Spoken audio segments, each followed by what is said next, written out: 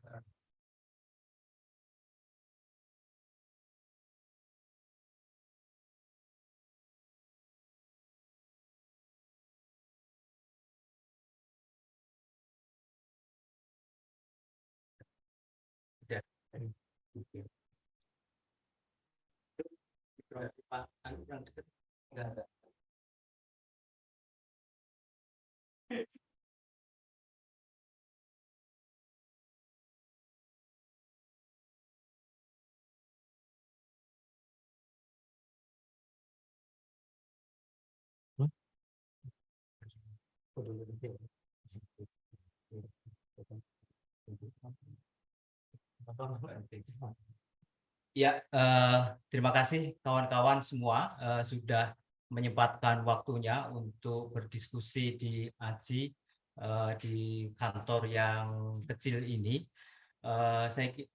Malam ini kita akan diskusi sesuatu yang sangat penting tentang demokrasi dan kebebasan pers di wilayah Asia Pasifik yang tentu saja itu Indonesia masuk di dalamnya. Ada persoalan bahwa press freedom itu hanya naik sedikit di kawasan Asia Pasifik, tetapi kemudian sebetulnya banyak negara di Asia itu demokrasi mengalami penurunan. Thank you Pak Jim Nolan. Jadi Pak Jim Nolan ini adalah ahli hukum internasional, juga ahli pers, dan dia menjadi ahli pro bono untuk IFJ, International Federation of Journalists, sebuah serikat jurnalis terbesar di Indonesia. Thank you Pak Jim for coming tonight to have a discussion with us. So I hope you will comfortable with this situation. Oke, untuk pertama saya kira saya serahkan kepada Ketua AJI Jogja, Mas Juju, untuk memberikan pengantarnya tentang diskusi kita malam ini. Ya, baik. Terima kasih Mas Bambang. Selamat malam kepada teman-teman semuanya yang sudah bergabung baik di Sekretariat AJI Jakarta dan juga selamat malam kepada teman-teman yang sudah bergabung melalui Zoom atau live YouTube ya. Oke, live YouTube orang. Oh, live YouTube. Oke, live YouTube. Baik, ya seperti tadi sampaikan Mas Bambang, kita mumpung ya istilahnya kedatangan Pak Jim sedang ada agenda di Yogyakarta. Kemarin kami berinisiatif untuk mengundang beliau berdiskusi bersama kita untuk membicarakan bagaimana sebetulnya kondisi atau situasi demokrasi di kawasan Asia Pasifik atau mungkin nanti lebih spesifik lagi di Asia Tenggara gitu ya. Nanti mungkin Pak Jim bisa menjelaskan dalam konteks itu.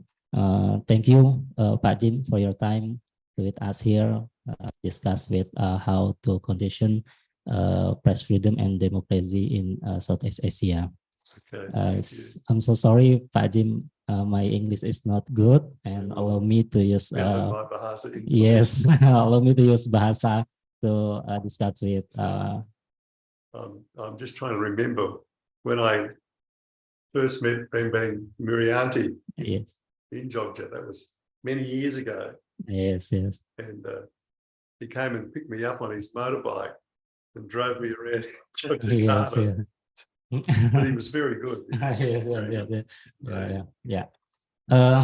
Baik, teman-teman, nanti kalau ada pertanyaan yang nanti untuk bisa kita diskusikan, mohon disimpan terlebih dahulu. Nanti biarkan izinkan nanti mungkin Pak Jim juga menyampaikan terlebih dahulu presentasinya atau penjelasannya soal situasi demokrasi dan kebebasan pers di Asia Tenggara. Baik. Tapi sebelum itu mungkin saya istilahnya cuma pengantar terlebih dahulu ya. Mengingatkan kembali kepada teman-teman, mungkin sebagian besar dari teman-teman sudah familiar atau tahu. He will introduce the topic first. Yes.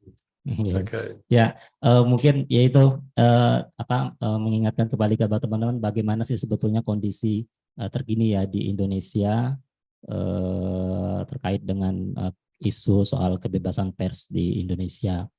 Ya, berbicara soal kebebasan pers tentu kita harus memulainya terlebih dahulu dari bagaimana sebetulnya kondisi demokrasi ya saat ini gitu di Indonesia ya. Menurut catatan Amnesty Internasional ya,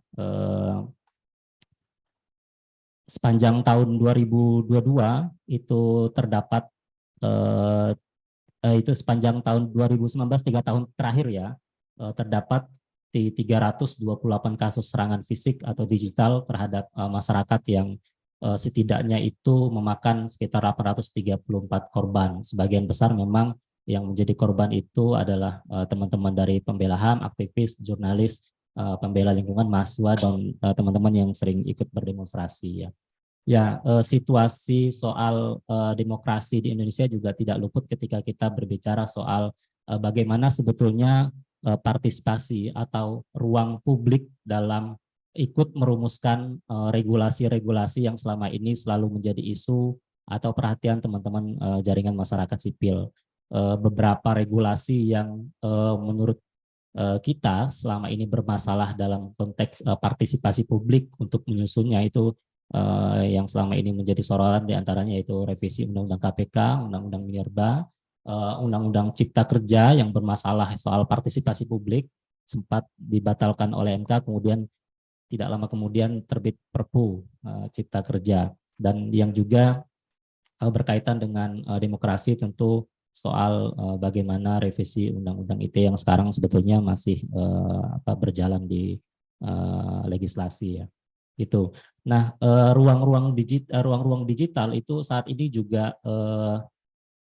kondisinya di Indonesia itu juga semakin tidak aman ya kalau kita berbicara bagaimana serangan digital, doxing, peretasan, bahkan sampai pemutusan akses internet itu makin ke sini kok semakin sering kita jumpai. Misalnya kemarin barusan akun media sosial AJI Indo itu baru saja diretas cukup lama untuk berusaha teman-teman di Jakarta untuk mengembalikan, dan sekarang alhamdulillah sudah pulih kembali gitu. Padahal menurut teman-teman sudah dilakukan berbagai upaya yang dirasa cukup untuk mengamankan mengamankan akses media sosial AJI sehingga tidak diretas. Tapi sekuat manapun kita mengamankan, tentu ada celah ya untuk serangan-serangan digital itu ada. Nah, itu dari ruang digital. Mungkin next. Ya, selain itu yang tidak kalah itu ya menjadi persoalan bagaimana hal-hal yang mungkin bisa mengancam demokrasi. Ada beberapa regulasi yang saya pikir patut untuk didiskusikan kalau kita bicara soal demokrasi dan kebebasan pers di Indonesia.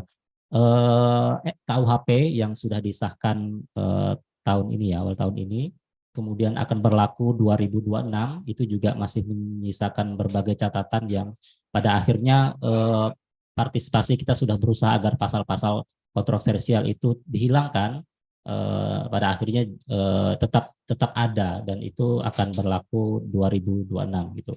Dan Undang-Undang ITE itu juga masih menjadi isu, sekarang masih direvisi di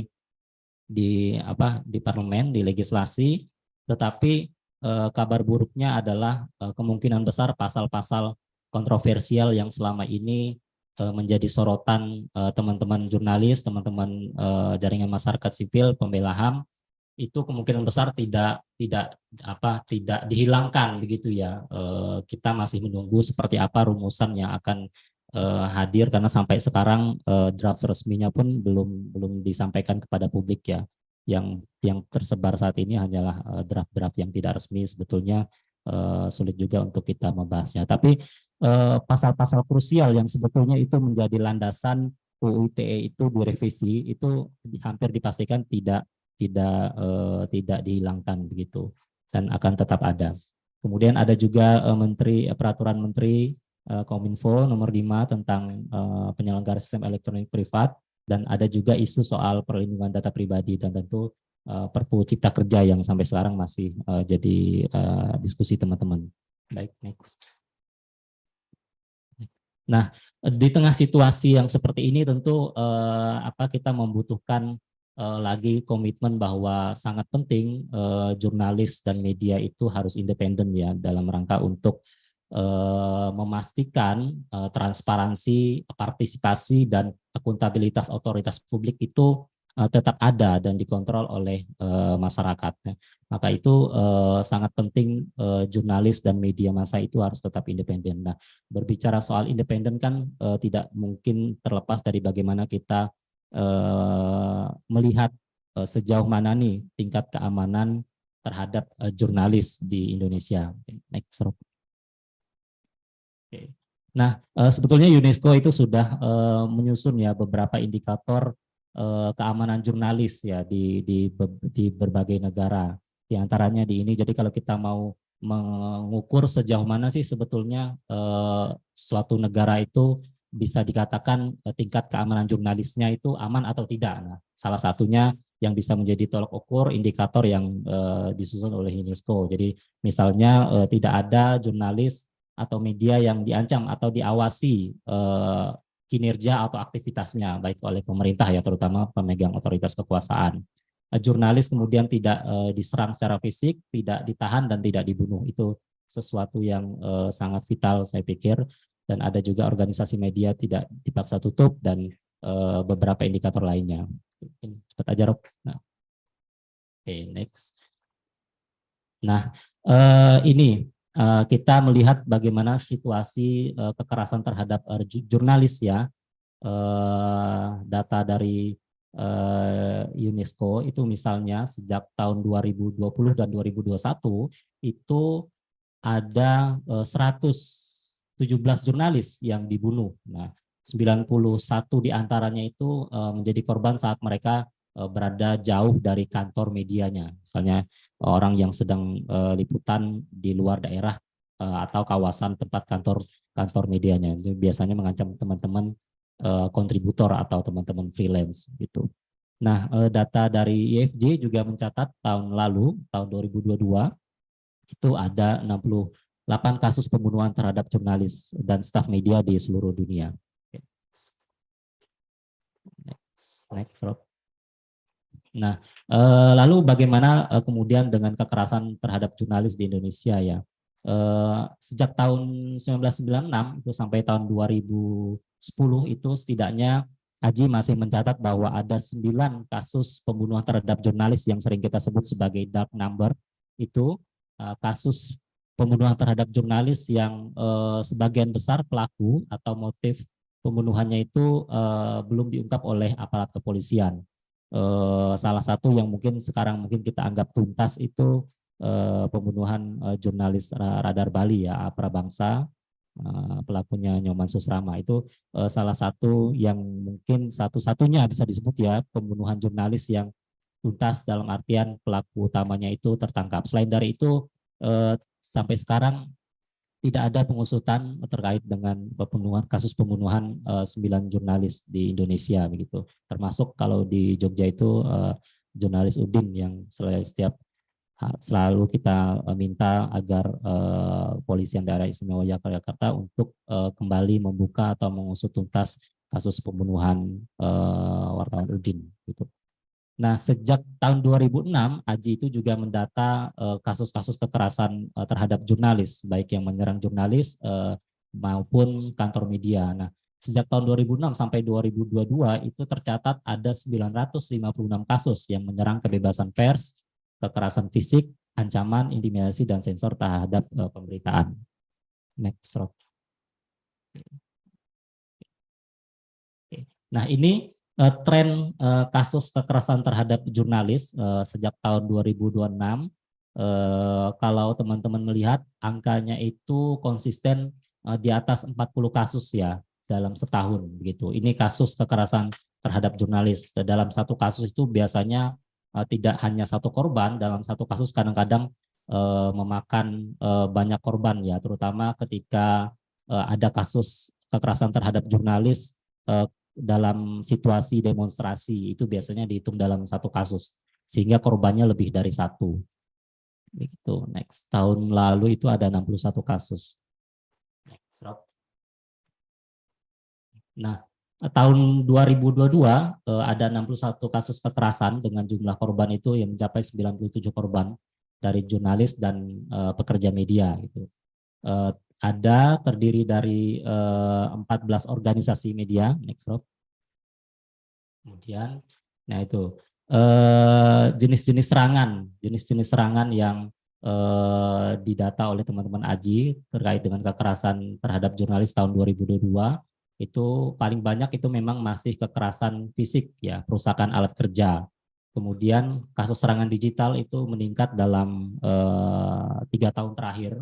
Itu menjadi salah satu kasus kekerasan terhadap jurnalis yang trennya itu meningkat semakin ke sini. Serangan digital, peretasan, pelumpuhan website media juga masuk ke dalam salah satu jenis serangan digital. Kekerasan verbal juga, kekerasan berbasis gender, penangkapan dan pelaporan pidana, ya ini juga menjadi salah satu isu. Kita sudah memiliki Undang-Undang Nomor 40 Tahun 99 tentang pers, akan tetapi ternyata sampai sekarang pemidanaan jurnalis yang melakukan kerja-kerja jurnalistik nyatanya sampai sekarang itu masih terjadi. Tahun lalu ada 5 kasus ya penangkapan dan pelaporan pidana terhadap jurnalis yang melakukan kerja-kerja jurnalistiknya. Ada penyensoran juga. Next, Rob. Nah, siapa aktornya? Nah, ini yang menarik ya. Aktornya 5 tahun terakhir konsisten bahwa memang polisi itu menjadi aktor paling tinggi, yang paling sering melakukan tindak kekerasan atau upaya untuk menghalang-halangi kerja-kerja jurnalistik. Ada aparat pemerintah, kemudian ada dari unsur TNI. Dari unsur non negara juga sering melibatkan ormas gitu ya, ketika misalnya teman-teman jurnalis meliput isu yang sensitif, banyak ormas juga yang melakukan kekerasan terhadap jurnalis dari perusahaan dan juga dari masyarakat juga masih sering untuk melakukan kekerasan terhadap jurnalis. Nah, seiring dengan meningkatnya kasus kekerasan terhadap jurnalis di ruang digital, ada 17 kasus yang sampai sekarang tidak bisa terdeteksi ya siapa sebetulnya pelaku dari kekerasan terhadap jurnalis, terutama di lingkup serangan digital. Next. Nah, tidak hanya fisik ya, tentu di ruang regulasi itu sebetulnya jurnalisme di Indonesia juga terancam dengan keberadaan beberapa regulasi yang ada saat ini. Misalnya soal UU ITE ya. UU ITE itu setidaknya ada 3 pasal yang mengancam kebebasan pers gitu ya. Ada pasal 27 ayat 3, junto pasal 45 itu tentang penghinaan dan penyemaran nama baik. Kemudian ada pasal 28 dan pasal 40 tentang penyebaran kewenangan dan pemerintah untuk memutus akses. Itu adalah pasal-pasal di UU ITE yang mengancam kebebasan pers. Terkini informasi yang kemudian kami dapatkan dalam proses revisi di UU ITE terbaru ini ada 1 pasal lagi sebetulnya yang kemudian kemungkinan besar akan muncul draftnya di hasil revisi ini, yaitu tentang penyebaran pemberitahuan bohong. Itu nanti kalau tidak salah di pasal berapa nanti ya di dalam UTE. Jadi yang tadinya tidak ada di UTE soal penyebaran pemberitahuan bohong itu nanti akan muncul. Padahal itu juga ada di KUHP yang selama ini juga kita perhatikan. Nah, nanti muncul lagi Mas Lambang di UITE itu nanti. Wah, sesuatu yang harusnya semangatnya itu kita merevisi Undang-Undang ITE agar pasal-pasal karet ini harapannya tidak muncul atau dihapuskan karena sebetulnya sudah diatur di KUHP gitu ya. Ternyata sampai sekarang informasi yang terakhir itu kemungkinan besar akan tetap dipertahankan gitu dengan mungkin hanya perubahan-perubahan narasi dan bagaimana nanti implementasi dari pasal-pasal karet tersebut. Tapi pada prinsipnya pasal-pasal karet yang selama ini menjadi musuh kebebasan pers dan musuh kebebasan berekspresi itu masih tetap akan ada di Undang-Undang ITE. Next.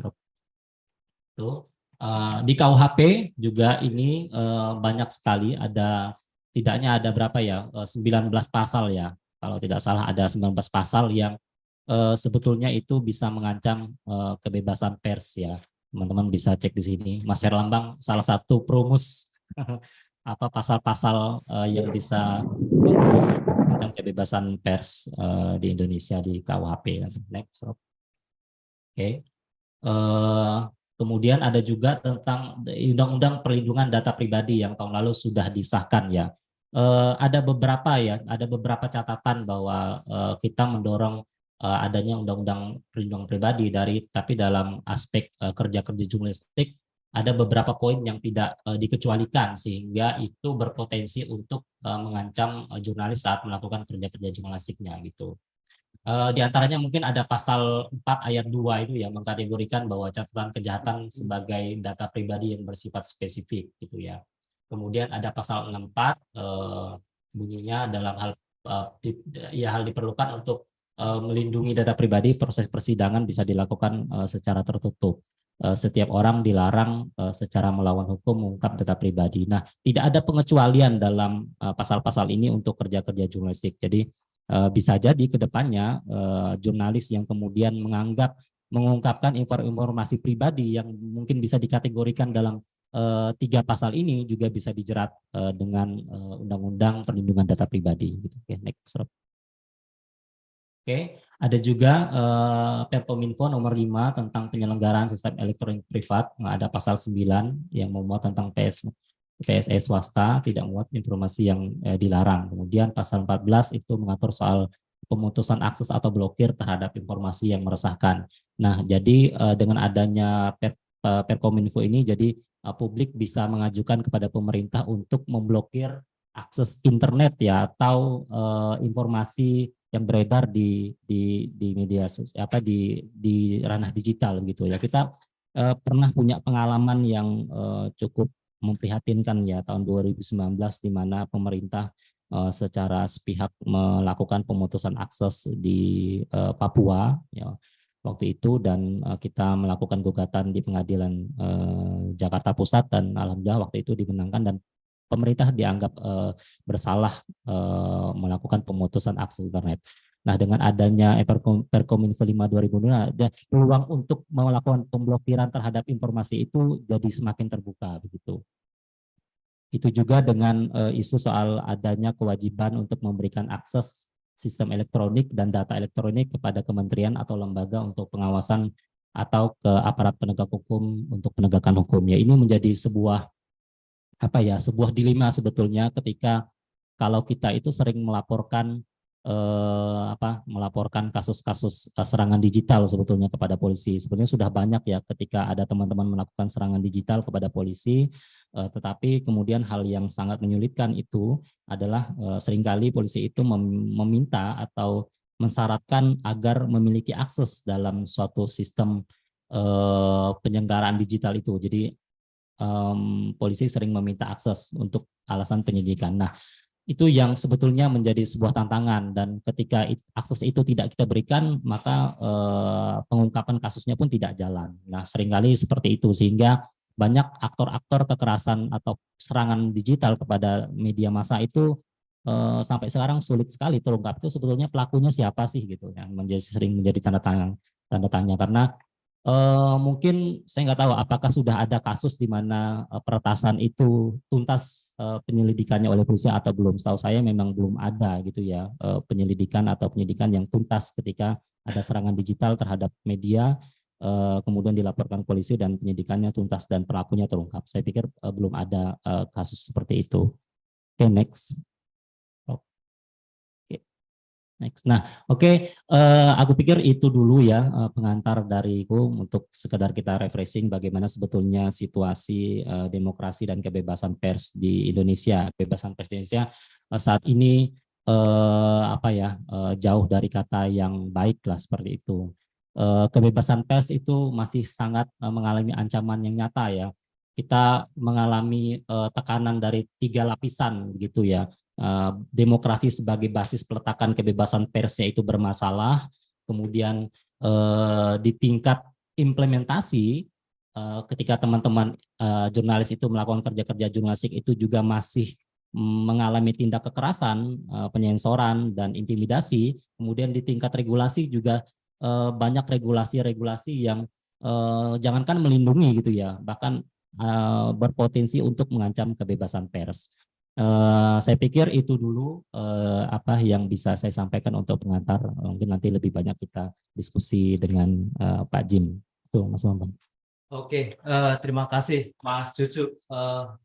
Pak Jim Nolan, I will translate a little bit from the Cucu presentation. Basically, he shared about the condition of freedom of the press in Indonesia, and according to him, it's not the freedom of the press is not good condition in Indonesia because the democracy is getting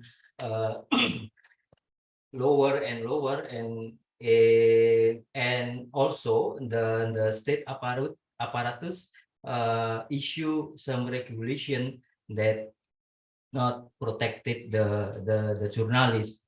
So he showed the data that since 2019 until 2020 there is 228 physical attack to journalists, and also he mentioned about there is no public participation for formulating the law, for example for anti-corruption agent law, and also omnibus law that very repressive for almost for every sectors in Indonesia.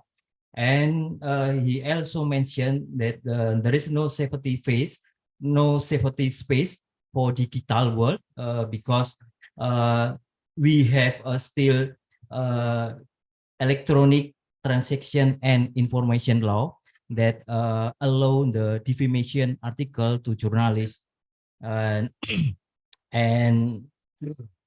there are so many physical attack and violence against journalists in Indonesia. So this situation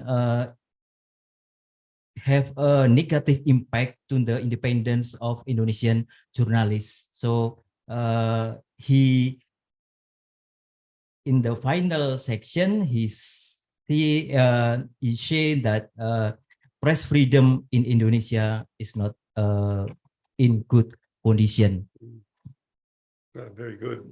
Yes, thank you, Thank Miss you. Jim Nolan. Yes. Okay, now time and floor is yours. Okay.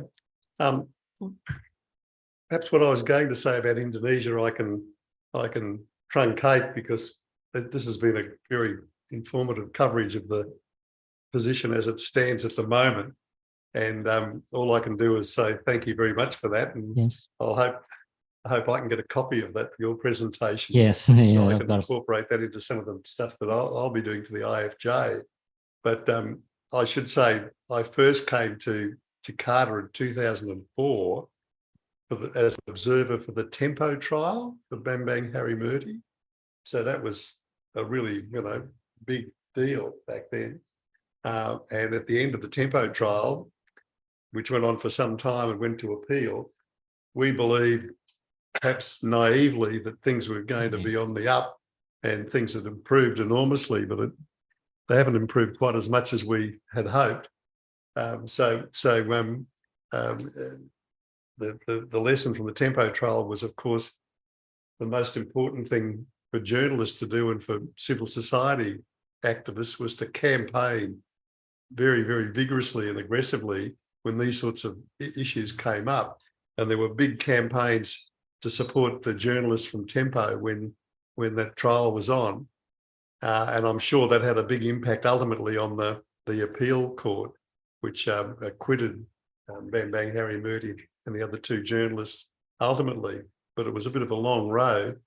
And then shortly after that, there was a case that I came over for to go to Makassar for UPI. I don't know whether people remember, that was a while ago now, a long time ago. And UPI had been charged with criminal defamation, and he'd been charged with criminally defaming the then police commissioner in South Sulawesi. So that was a bit of an interesting case. But that went on for a while, and then we had a big campaign. We had seminars in Jakarta. We flew to Makassar. We had seminars in Makassar, and the campaign, we went on television in Makassar and campaigned against it. And after a few months, the judges in Makassar threw out the charges. So that was a big victory. So we thought after that experience of Tempo and Makassar, that things were starting to look pretty good. But of course, we just started to feel pleased with ourselves when the ITE law came on the horizon. And of course, we made a big stink about that. We protested about the ITE law, and the minister at the time said, "Oh, there's nothing to worry about. It's simply a procedural law that'll deal with, dealing with computer records and things like that." And we said, "No, that's wrong. If you look at the text of the law, it goes much wider than that, and it's quite draconian. It's as bad as the criminal defamation provisions." And they said, "Oh, no, there's nothing to worry about." And of course, shortly after that, there was the 2008 election. And in the middle of the 2008 election campaign, many of you remember Preeta's case came up. This woman from South Jakarta who had a blog, who attacked the local hospital board for treatment of her son. And she was arrested under the ITE law and put in jail. It was extraordinary. And so we kicked up a big stink about that, and there were campaigns. And because it coincided with the election, all the politicians were really put on the spot. And the politicians all said, "Oh, no, we don't agree with this. This is a terrible thing. It shouldn't have happened." But of course, what they didn't do was repeal the law. They just let it all slide. And that went on, and Preeta was ultimately convicted. There was a big public campaign to raise money to support her.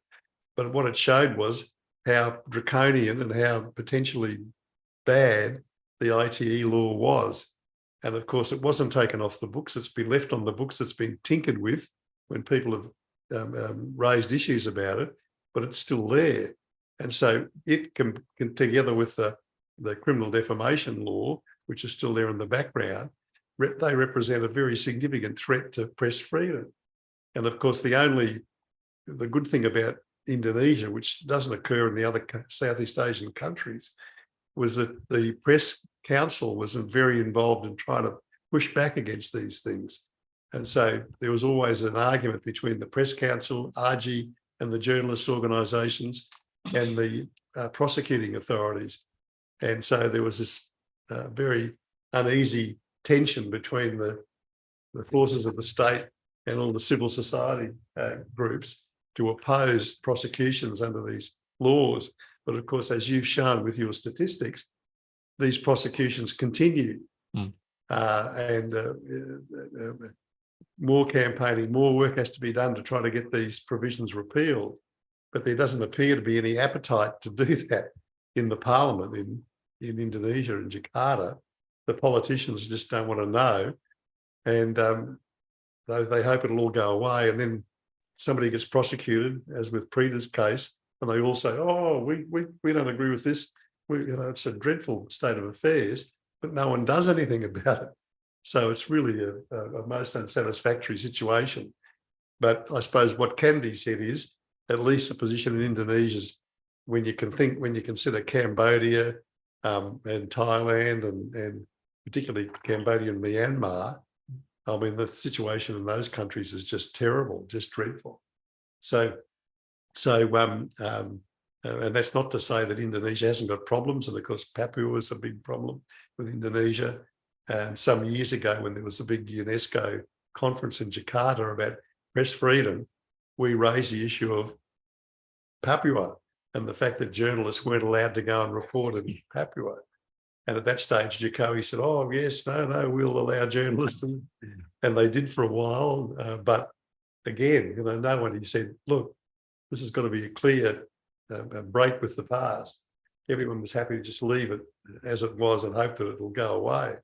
So there are lots of things that are troubling with the situation in Indonesia. As I said, all that can be really said is that compared to Cambodia and Myanmar and some other places, it's not bad.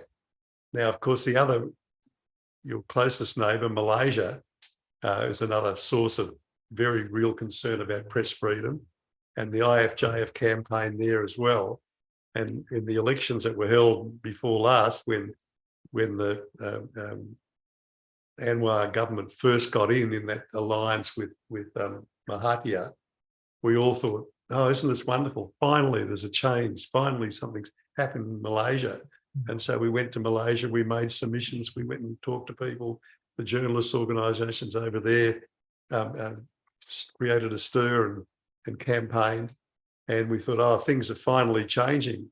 But of course, for quite a few years until now, nothing has changed there in terms of the really significant repressive laws that exist in Malaysia that can be used at any time against journalists and have been used. And of course, back in the NgAJI days, they introduced, because NgAJI obviously thought he was big pals with Trump, soon as after that, or just before the big election when NgAJI lost, they introduced a fake news law in Malaysia, which was a complete joke, and we attacked that. And of course, it wasn't a fake news law at all. It was a law designed to attack NgAJI's political opponents. And so finally, the new government repealed that law. But it took a year for them to do that. That was really demoralising, that all the time they were saying, oh, we'll do something, we'll do something. And it took a whole year before that law, which was terrible, was repealed. But nothing was done to repeal the other laws. And you'll see in the presentation that I've given, and that'll be distributed to people, I expect, there's a list of a lot of the laws up there that are still on the statute books, that are still potentially oppressive laws, that are attacks on the free press, and they've just stayed where they are. So there's a lot of work to be done in Malaysia, and one hopes that there might be some movement in Malaysia. But of course, it'll be, given that nothing's happened so far, it'll be very surprising if there is further movement in Malaysia. So it's been a terrible situation with Yes. Just much Yes, further on yes. in the presentation. Sorry. Malaysia. Yeah. So I talked about the tempo trial and the new appeal in Malaysia. Here we are. So Malaysia has jumped quite significantly in the World Press Freedom Index, which is a good thing. But I think some of that reflects the fact that a lot of other countries have fallen down. And of course, the great thing that at least happened in Malaysia was that NgAJI was finally sentenced to 12 years jail as a result of the massive corruption and the stealing of the big one MDB fund. And of course, that's vital for a free press to be able to find that information out and campaign on it. But NgAJI did everything he could, including these so-called fake news laws, to prevent people exposing exactly what he had done in Malaysia. And this was an outrage. And indeed, there's an English woman journalist called Claire Rucastle Brown, who you may have heard of, may or may not know of, but she wrote a lot of material that exposed NgAJI, and she's based in London. In fact, as it happens, remember Gordon Brown, who was the Prime Minister of the UK, she's his sister-in-law, just by sheer coincidence. And she worked as a nurse in Sarawak for many years when she was much younger. And she maintained an interest in Sarawak and writes a regular blog, which is worth following. Anyway, she had campaigned against NgAJI and these crooks so steadily and exposed a lot of this. And of course, a lot of this couldn't be exposed in Malaysia because she'd be prosecuted for criminal defamation if you did this. But it was exposed elsewhere and it embarrassed NgAJI. Just dreadful. And it was so bad that NgAJI actually had his secret police go to London and follow her around in London and intimidate her because of what she'd been writing, attacking NgAJI back in Malaysia. So that was a dreadful business. But the problem still remains that they haven't repealed the other repressive press laws. And there's still a very draconian civil defamation law in Malaysia. Malaysia is supposed to follow the British legal tradition. Well, in Britain and Australia and Canada, for many years now in the defamation area, corporations have not been able to sue for defamation because it's ridiculous. Defamation law is supposed to protect reputations. The corporation's an artificial construct constructed by the law, yet they retain rights to sue for defamation. And at the moment, there's still a case in Malaysia against Malaysia Kini to do with the defamation of the proprietors of a gold mine in Malaysia, which Malaysia Kini wrote a lot of material about and exposed. And they're still suing Malaysia Kini for defamation, and it's still subject to an appeal in Malaysia. So it's been going on for years. But that's another example of how terrible the legal position is and how hostile it is to the free press. But at least we can be grateful for the fact that NgAJI's in jail and may stay there for a long time. And his crooked wife's in jail as well. You might remember when they did the raid on their home, and she had all those designer bags. She was like Imelda Marcos. She had designer handbags that were worth tens of thousands of dollars. And it was all the fruits of this terrible corruption with one MDB. Can we just move it along a bit more? There's and that's wonderful. I've put this in because that's a great example of what the free press can do. And that's I think that might be Zuna or the other cartoonists. There were two famous cartoonists, and they did this wonderful parody of NgAJI as the Joker and Batman, you know. And of course that created a big fuss. And if NgAJI had still been able to do so, they would have been jailed for insulting, you know, NgAJI and defamation and everything else. But the great thing was that it became a wonderful symbol to attack NgAJI and to show him up for what he was as a dreadful crook. So Malaysia is still very much a work in progress. The unions there have fought hard to try to get the laws changed. At the moment, there's a suggestion that there'll be another look at the idea of introducing a media council like the Press Council here, but they've been talking about that for years and it's never happened. So who knows? And the way Malaysian politics is at the moment, it's still very fluid. Who knows what might happen? You know, maybe Anwar will be consolidated, maybe not. It really does depend. So we'll just move along. Next. Yep.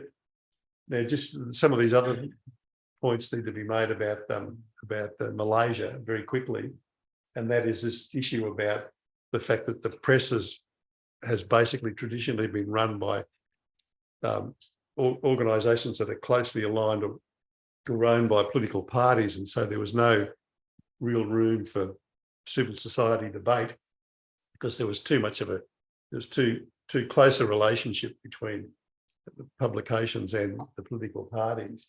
But Farah, who's the president of the union there, said things that are now more open to media practitioners.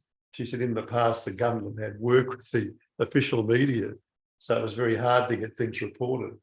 So anyway, can we move on? Yep. And I've outlined there some of the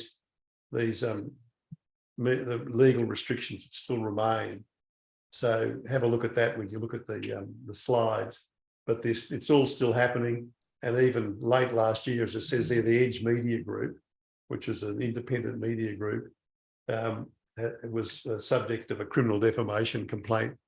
Who knows where that'll go? But these, you know, it's just extraordinary to think that a complaint can be made and they go to the police because you've written something that offends somebody. Anyway, we'll keep on moving because we'll run out of time. That's another list of things that this is interesting. The last one, interesting. The late last year, that one of those cartoonists was arrested and investigated under the Sedition Act for a satirical drawing that had a reference to one of the queens of Malaysia, and he published a satirical Spotify playlist with these songs about jealousy that were designed to send up this royal in Malaysia. Anyway, they got duly insulted by that and got the police to arrest him and threaten him with sedition. I mean, that's how ridiculous the situation is, but that's still there in Malaysia, even though there have been big changes in Malaysia. So we'll move on. And I've just left there's a quote that you can read at your leisure that deals with some of the issues that I've identified with Malaysia and the impact on free expression and the chilling of the press, and that applies in Malaysia, in Indonesia, in lots of places.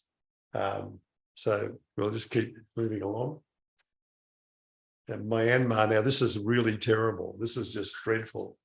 And I've set out here a lot of the things that have happened in Myanmar, which you're no doubt all too familiar with. And of course, what's left of the free press in Myanmar now basically operates from the jungles in Thailand, from Norway, and from Melbourne in Australia, because a lot of the DVB journalists have gone to Melbourne in Australia, or they're in Norway. And so there's no room at all anymore for journalists to get published in Myanmar, because it's completely controlled by the Tatmadaw. And what's left of the media, they just remain as propaganda outlets for the junta. And in fact, the press council in Myanmar, can we move on? The press council in Myanmar just collapsed because the people who were in the press council, who were genuine journalists, after the coup happened, they said, we can't put up with this, because the press council, the journalists and the press council were told to do things by the regime, and they said, we can't put up with this, so they all resigned.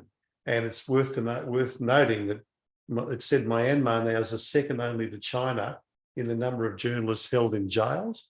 In relation to its population size, it's the world's biggest jailer of media personnel. And that says a lot when you think of the number of journalists in jail in China and Iran and Turkey. So Myanmar is just dreadful. And the terror has just been extraordinary. And we go to the next slide. The press council, as I said, just collapsed. And that's some of that's set out there. And the press council is now a vehicle for the Tatmadaw regime.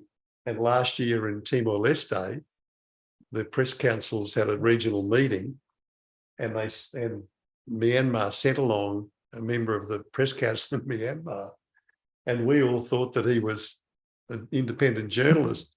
We only realised when he got there to Dili, he was actually an apologist for the regime. And in fact, the next day at the conference, he gave this dreadful speech that basically said, oh, everything's wonderful in Myanmar. People who were saying it's no good are just terrorists and troublemakers. They should all be put in jail, etc., etc. And in fact, at the time they had a tea break, I was there. I got up and attacked him. I said, this is an outrage. The International Federation of Journalists just completely disavows this. And I went through some of the statistics about the jailing and persecution of journalists. And this fellow who turned up and was apologising for them was a dreadful person. At the tea break in Dili, he raced around and Ramesh Horta was there. And he raced up and stood next to Ramesh Horta and started to crawl, try to make nice with Ramesh Horta. And I went up and I said, this bloke is a representative of the Tatmadaw. I said, you should kick him out of the country. But unfortunately, the next plane that was going was the next day, and he was booked on that anyway. So he just scuttled away and hid for the rest of the day. And the next day he left. And then he went back to Myanmar and wrote this article in the local paper there saying how he'd had this fantastic reception in Dili, and all the people in Dili who turned up had now understood how things were much different in Myanmar. So it was just outrageous. And we found out because the young woman from UNESCO who's in Jakarta, she got somebody to translate it and sent it to me. And I said, this is the complete outrage. See if you can get us an official translation. And so she did that. We got that, and then we wrote a response, and we also wrote back to the press council in Dili and said, you've got to pass a resolution attacking this bloke and saying he's not welcome to come back, and how outrageous it was. And and that's in the light of all this. And of course, there were things there at the press council. And in fact, the Ministry of Information back then, they sent directives to media outlets ordering them not to use the terms regime or coup. And the secretary of the press council resigned back then. It's a bit like Putin in Russia, you can't say it's war, it's a special military operation, so it's a regime or a coup. So the next one. And so the generals are now sitting in this, again, this is a lesson for everybody. Because the law was never changed, for years there are a lot of old colonial laws that are still on the books in Myanmar. The generals are able to take advantage of all those things. And they can systematically invoke vaguely worded sections of the penal code.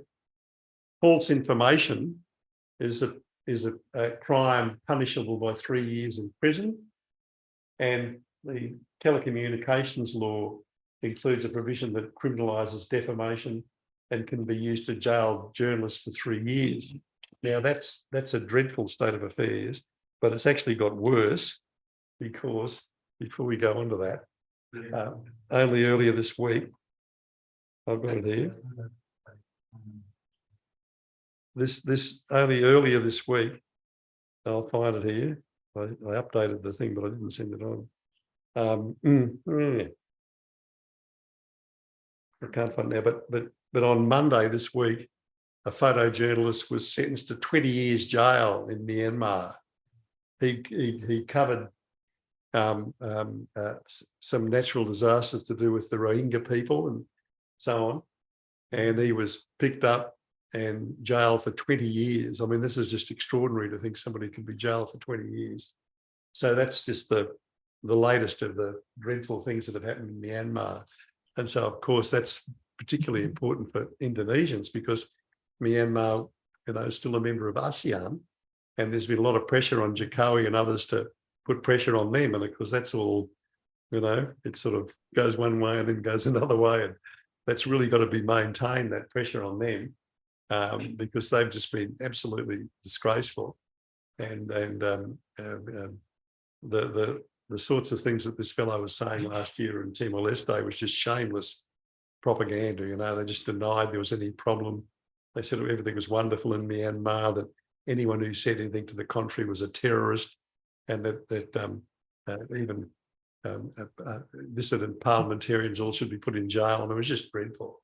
Anyway, we'll go on. We'll move along. Yep. So Cambodia is the next case, and this is terrible. There's been terrible democratic regression in Cambodia. And of course, as of the last few weeks, we know there's a family dictatorship worthy of North Korea now in Cambodia, because Hun Sen's now made his son the prime minister, which is what everybody anticipated for quite a long time. But of course, they didn't own up to it. And so not only has he done that, but in the last few years, since they had a so-called free election back in 2018, they've maintained pressure on opposition party members, on the independent press and demonstrators with intimidation, prosecutions and violence. And constitutional amendments were permitted by the ruling party to appoint the country's prime minister without parliamentary approval back in August last year. And of course, that was entirely designed for him to put his son in when the time came. And anyway, those amendments were widely condemned. And sure enough, he's the prime minister now, the son, and he led the delegation to ASEAN this week in Jakarta. It is just outrageous what's happened there. So again, you know, in terms of press freedom, it's just dreadful. In fact, the former leader of the opposition was a former journalist, and I think he's either in jail or he's in exile overseas. It's just appalling. So we'll move along.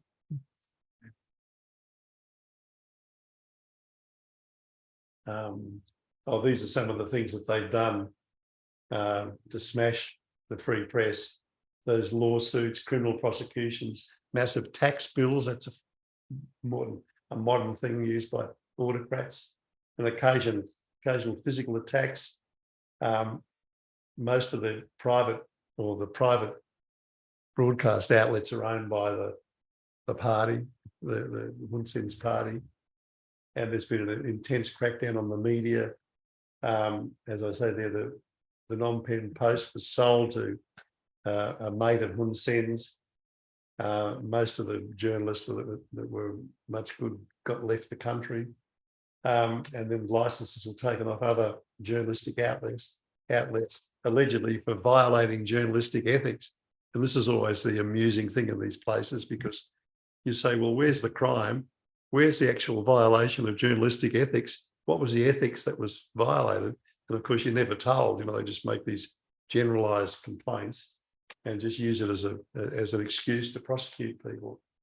So, and of course, pro-government media organisations operate freely. You know? So as long as you're saying what Hun Sen wants, you're happy. So we'll move along.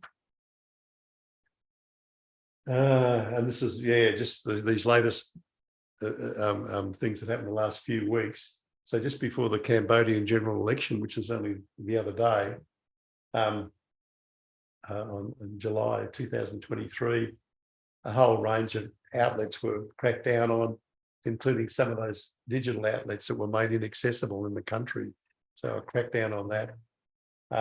And then following a censorship order, internet service providers blocked access to websites. And so, as I say, the Hun Sen's government's now largely targeting media operating from abroad in order to perfect its information lockdown.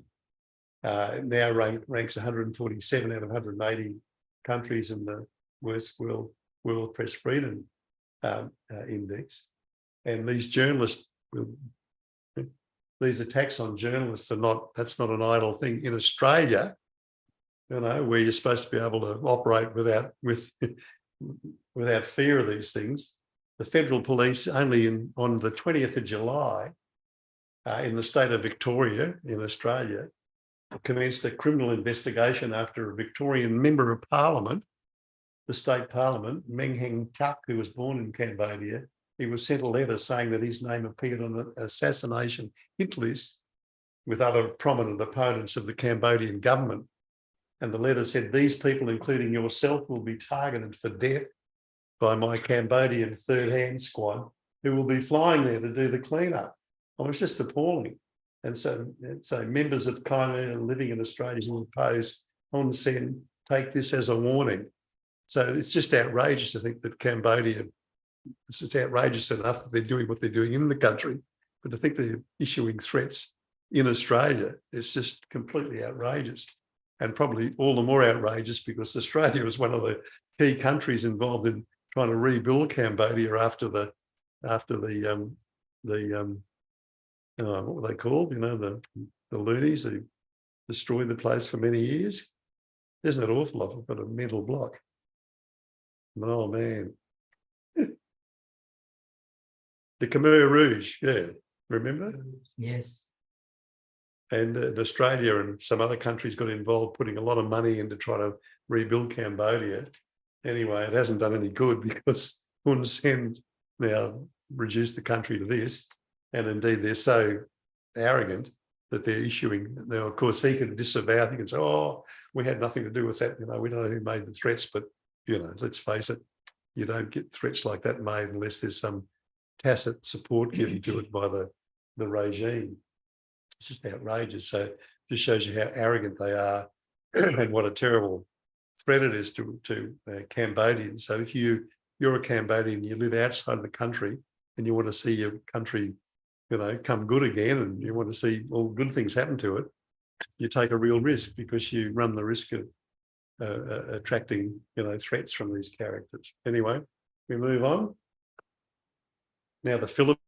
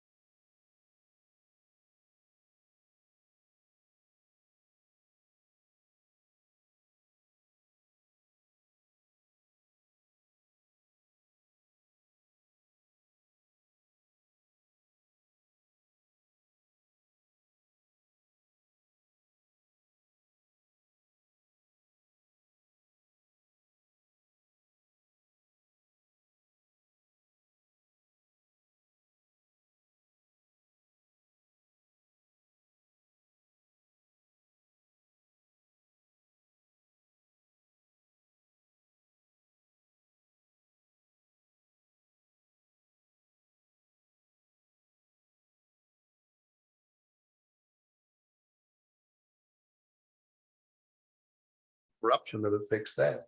So once again, but luckily in South Africa, there's a fairly good free press and a lot of good independent trade unions and so on, and a lot of them are fighting against this, but it's still a terrible worry. So we'll turn into the Philippines until we get the power back on. Of course, you'll be aware of the fact that Marcos's son,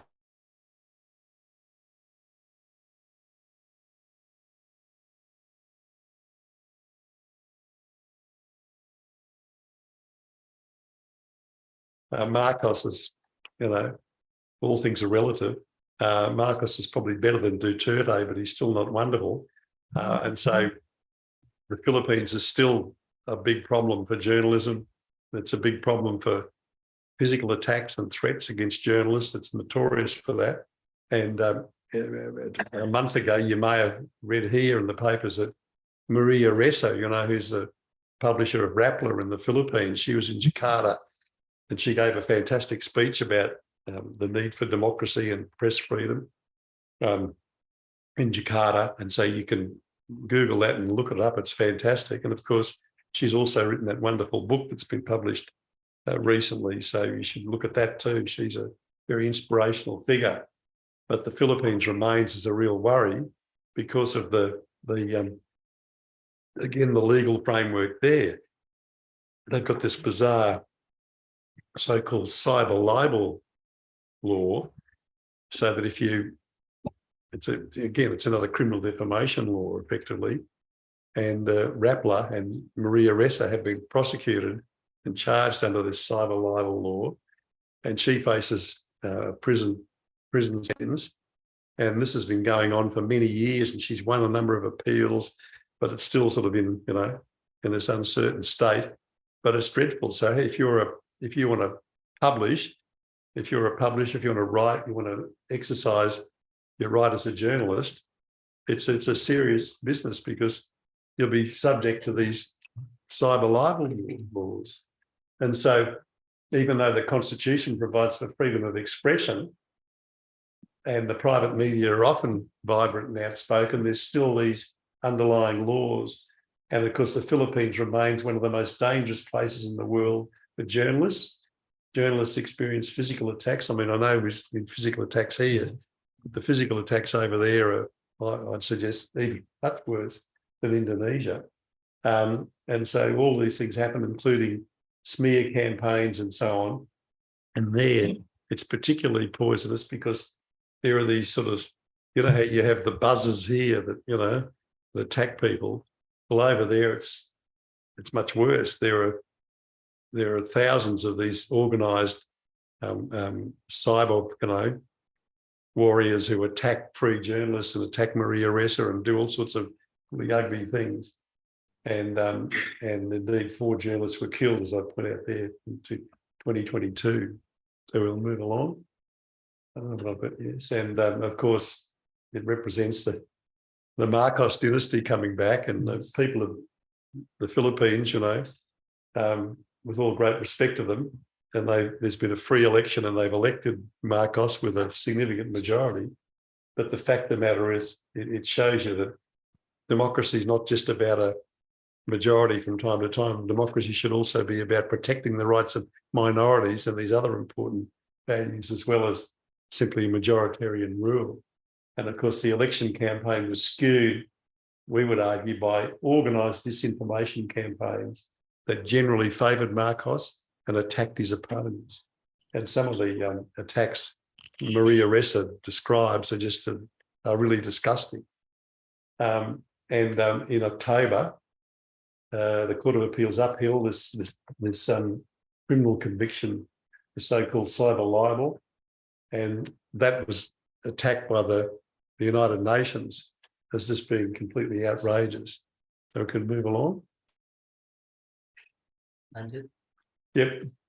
So that you can have a look at this when you get the slide, but that sort of deals with some of that. And the UN Special Rapporteur on Freedom of Opinion and Expression, she condemned the Court of Appeal decision. And as she said, the criminalisation of journalists for libel impedes public interest reporting and is incompatible with the right to freedom of expression. Criminal libel law has no place in a democratic country and should be repealed. And of course, it hasn't been repealed. And the other objectionable thing about this prosecution up there is the prosecution's being applied retrospectively, so that the law that she's being prosecuted under, it wasn't an offence when the offence, the so-called offensive behaviour occurred. So it's completely contrary to all modern notions of the rule of law and the way the legal system should operate. And yet the, quiescent judges have just gone along with this. So she still faces numerous criminal charges. So we can only hope that she's got so much publicity and she's so well known that even the Philippines might be reluctant to put her in jail. And in fact, she's all over the place. Look, she was only this week, 3 weeks ago, she was in Jakarta and she was speaking there and very well received in Jakarta. Of course, she used to run the CNN bureau in Jakarta when she was much younger, when she was when she worked and lived in Jakarta. But only this week she's been back in the United States. She's always been presented with awards and being welcomed as a guest at various important media events. But just that last point there is important because this is happening in all sorts of areas. The Securities and Exchange Commission recently has affirmed an earlier decision to revoke Rappler's certificates of incorporation, effectively shutting it down as an entity. And of course, that's happened in a lot of authoritarian countries around the world, certainly in Russia and others, and some of the, like Venezuela and places like that, where these autocrats have decided, instead of putting the journalists in jail, what you do is just pull out the corporate structure from under them, take all their money, charge them with tax avoidance, and just bankrupt them. And so you're not subject to the embarrassment of actually taking them off to jail and getting a lot of people that, international publicity. You can just bankrupt them and cripple them that way. So we'll keep going. Yes, Khan, there's Irene Khan has offered to give support in the next court hearing about this. And that you can read that sets it all out, but there are serious concerns about that. We'll move on. Now, Timor-Leste, this is a brighter story, happily. Timor-Leste probably has the best rating in terms of press freedom in the region. In fact, it's even better than Australia and New Zealand at the moment, which is a great thing. And they abolished criminal defamation when they wrote their new laws after independence. But unfortunately for us, we were very happy about that. This is wonderful. There's still a provision buried in the Criminal Code, Section 285, that talks about defamatory false information, or it's a bit hard to translate the thing from the Portuguese, really. It's sort of calumnious denunciation.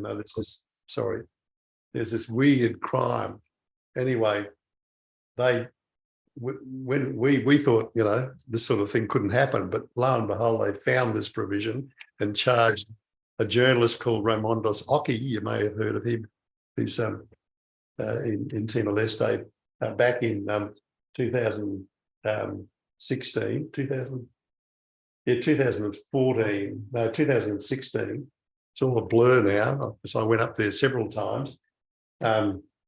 Anyway, went to court, and this young judge up there, who was very good, just threw out all the charges, so there was a great celebration there. The journalists had a big demonstration in Dili and celebrated all that. And the press council at the time, the chairman of the press council, said the day the acquittals were announced, he said, let that be the last time anyone's charged with criminal defamation in Timor-Leste. Anyway, lo and behold, it wasn't, because in May last year, a defamation claim was filed against the editor of one of these news outlets. Once again, there was an allegation made about government corruption. So in May, the charge was sort of filed, but in October, there was a summons issued to the editor raising these misconduct allegations and so on. Now, it hasn't seemed to have got any further than that, but I can just imagine having another trip to Dili when this gets closer to court to kick up, report the opposition to that, because it's just outrageous that they've gone and done that again. We can only hope that it'll things will improve, but there's no excuse for this prosecution. And the other thing that's important in Timor-Leste is that there's a national broadcaster, and Rameshorta spoke about this when he was here in Jakarta, how important it is to have a good, solid national broadcaster. And it's been the subject of some criticism as well, and attacks, when Rameshorta has supported it, and the IFJ have supported them as well. So anyway, so now to conclude, you should look at the Freedom House reports. Many of you probably do. Freedom House has said freedom in the Asia Pacific regions improved slightly in 2022. So that's a good thing. And of course, it remains to be seen what's going to happen in Thailand with these recent elections. It could get better, it could get a lot worse. But they say there are basic principles that should be adhered to, and one is stop enabling authoritarians. They say democracies must address corruption and kleptocracy head on by closing the many financial loopholes that allow authoritarian rulers to hide or launder stolen assets in democratic settings. and one NDB is a great example of that. And of course, this is something that Australia and New Zealand and the UK can be involved in, because a lot of this money finds its way to England or Australia and so on. And it's really important for the jurisdictions like Australia to be alert to this and to find it out and to chase it down. But it's important where you've got a period of stability and some element of democracy. And this is why it was such a shame in Malaysia that they just let these opportunities slide. While things are capable of producing reform, that reform should occur. Anyway, Freedom House say we should be clear and unapologetic about the virtues of democracy and tireless in efforts to uphold and defend it. Democratic states should make the protection of freedom and democracy a fundamental component of all international policy efforts, including in foreign security and economic affairs and every diplomatic engagement. Human rights concerns should be raised in meetings with foreign counterparts at all levels. And of course, that's something Australia needs to do. And it's something that Indonesia and others, well, ASEAN's the perfect vehicle for that. For those countries within ASEAN who have got democratic inclinations, they should put pressure on these other characters to clean up their act.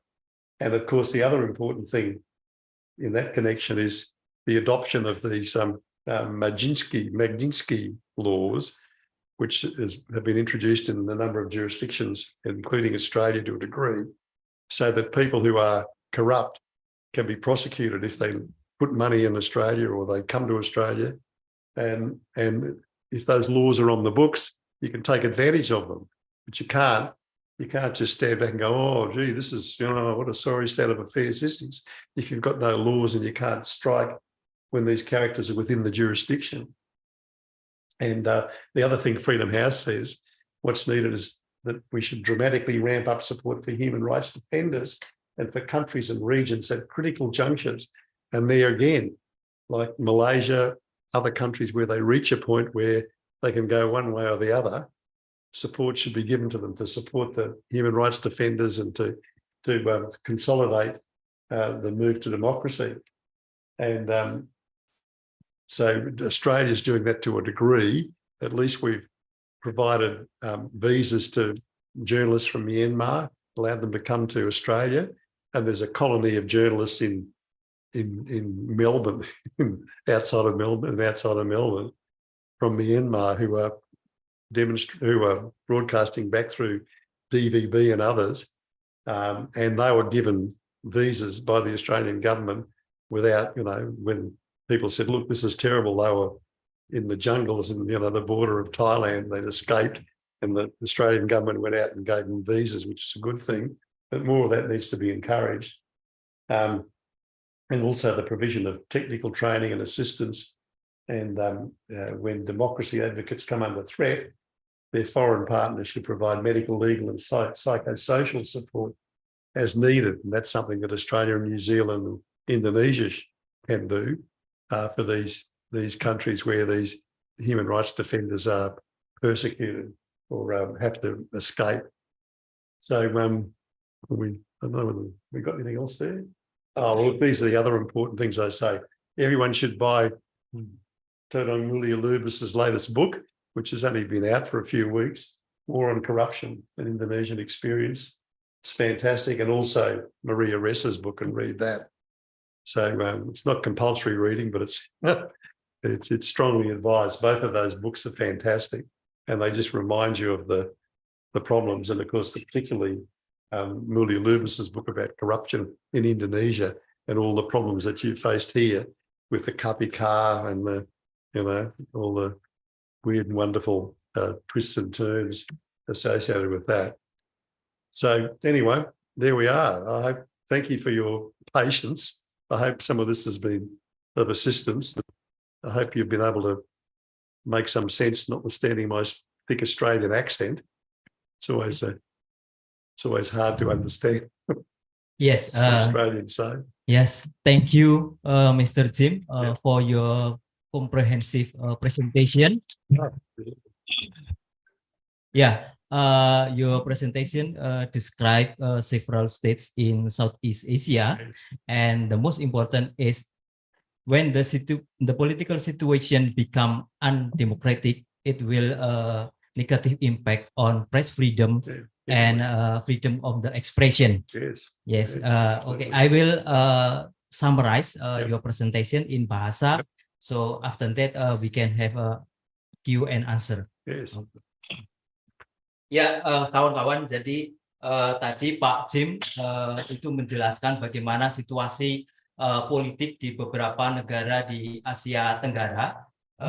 Jadi, nah pertama-tama dia tadi cerita bahwa Pak Jim ini sebagai seorang ahli hukum yang kemudian mendalami ahli hukum tentang pers dan kebebasan berekspresi, itu datang pertama kali ke Indonesia tahun 2004 ketika dia hadir dalam sidangnya Pak Bambang Harimurti dari Tempo. Saya kira waktu itu ketika ada kasus Tanah Abang itu. Nah, kemudian Pak Jim juga hadir dalam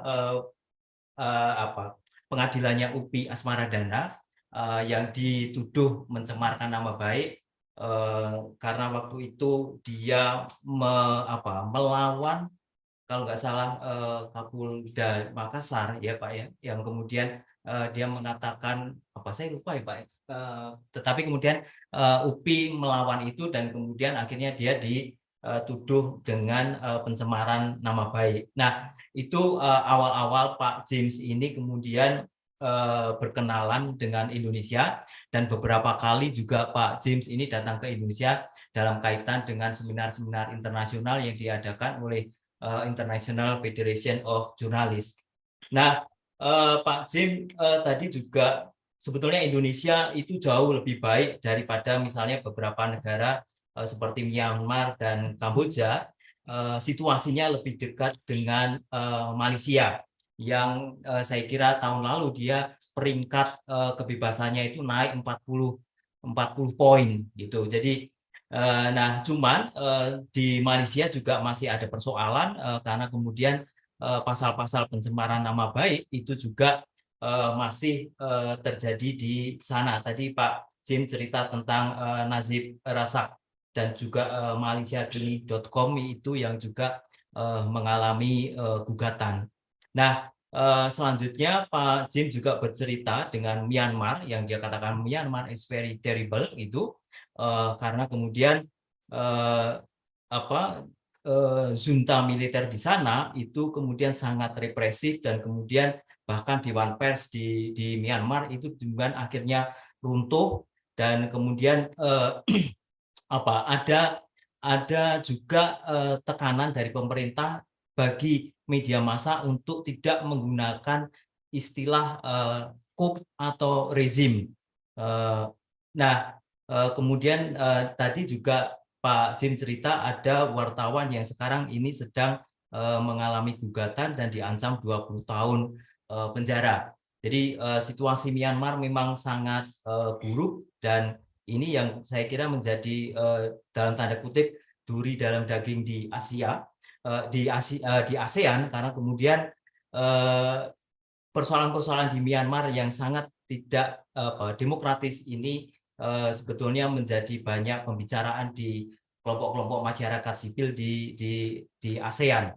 Nah, kemudian selanjutnya juga ada Kamboja. Pak Jim tadi juga mengatakan Kamboja ini juga buruk, terutama sejak kemudian Hun Sen pada 2018 menjadi seorang Prime Minister. Mereka pemerintah ini melakukan menekan, mengintimidasi, dan bahkan kemudian Hun Sen kemudian membuat aturan bahwa mereka boleh memilih perdana menteri tanpa persetujuan dari parlemen. Kemudian juga undang-undang kriminalisasi itu juga masih ada, terutama juga kepada menyerang kepada independen media. Dan bahkan anggota parlemen dari Kamboja yang lahir di Kamboja tetapi dia di Australia, anggota dari Partai Buruh, itu pun juga mendapatkan ancaman dari orang-orang yang tidak sepakat dengan apa yang dia ucapkan untuk mendukung demokrasi. Nah, selanjutnya Filipina masih menjadi wilayah yang paling berbahaya di Asia Tenggara. Macam-macam ancaman, gugatan, kemudian penyiksaan masih terjadi kepada jurnalis-jurnalis yang di sana. Kemudian saya kira kawan-kawan ingat pemerintah Filipina juga menggugat Maria Teresa, kemudian sebagai pendiri Rappler, itu yang menjadi kasus itu menjadi sorotan dari di seluruh dunia. Nah, kemudian Pak Jim juga mengatakan Timor Leste yang merdeka beberapa tahun yang lalu dari Indonesia itu justru menjadi contoh yang paling bagus di wilayah Asia Tenggara, karena dulu Timor Leste itu menggunakan undang-undang hukum pidana di Indonesia, tetapi kemudian dia merevisi tahun 2002 tadi, kemudian dia menghilangkan pasal-pasal pencemaran nama baik. Tapi toh meskipun begitu juga ada gugatan kepada seorang jurnalis di sana. Kemudian juga kepala polisi juga menuntut salah satu media di sana. Nah, kemudian Pak Jim sampai pada kesimpulan bahwa pada tahun 2002 kebebasan di Asia Pasifik itu bagus tetapi hanya sedikit, dan perlu ada upaya-upaya untuk terus mendorong perlindungan kepada para pejuang hak asasi manusia, dan itu harus ditingkatkan dalam forum-forum internasional, supaya kemudian negara-negara ini mau melindungi para human right defender. Nah, saya kira itu round up-nya dari presentasi Pak James. Silahkan kawan-kawan kalau kemudian ada yang ingin menanyakan, monggo silahkan langsung. Monggo.